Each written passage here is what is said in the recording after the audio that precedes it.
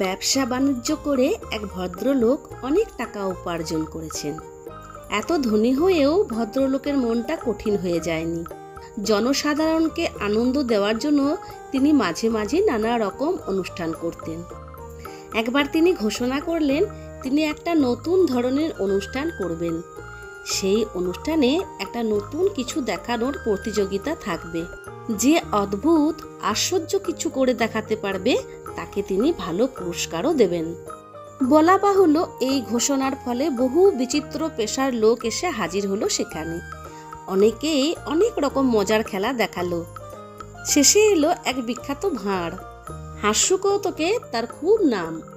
সে এসেই জানিয়ে দিল এমন এক অভিনব খেলা সে দেখাবে যা আগে কখনো দেখা যায়নি।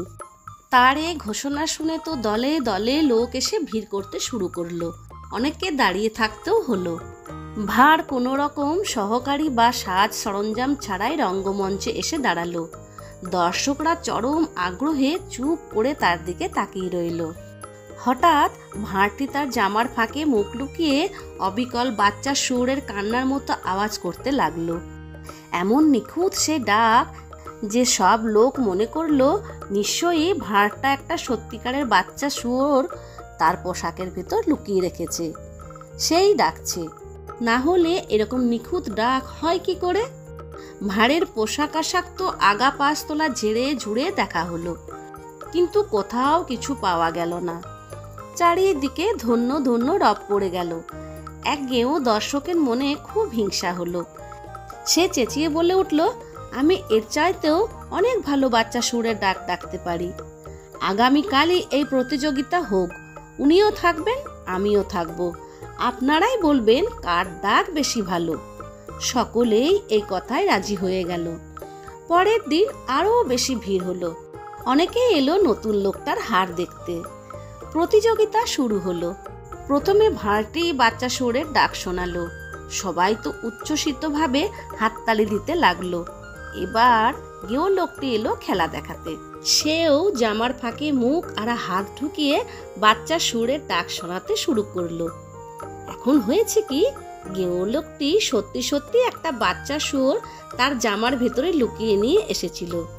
তাকে খুব জোরসে চিমটি কাটতে সেই শুয়োরের বাচ্চাটি প্রাণপণে ডাকতে শুরু করলো।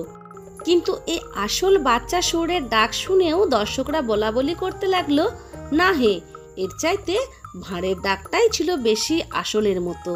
এসব কথা শুনে তো গেঁয়ো লোকটি এবার বেজায় রেগে গেল। জামার ভেতর থেকে বাচ্চা শুয়োরটাকে বার করে এনে সবাইকে দেখিয়ে বলল, এই দেখুন সবাই, এতক্ষণ আসল বাচ্চা শুয়োরের ডাকই আপনারা শুনছিলেন। তা সত্ত্বেও আপনাদের মনে হচ্ছে ভাঁড়ের ডাকটাই আসলের মতো। এই তো আপনাদের দেখার, শোনার আর বিচারের ক্ষমতা। বন্ধুরা, মনে রাখবে, লোকের মনে কোনো ধারণা একবার গেঁথে গেলে তা বদলানো খুবই কঠিন।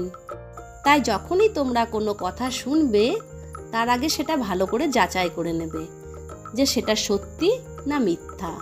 তোমরা সকলে খুব ভালো থেকো, সুস্থ থেকো, আনন্দে থেকো, এই শুভকামনা নিয়ে আজ আমি এখানেই শেষ করছি।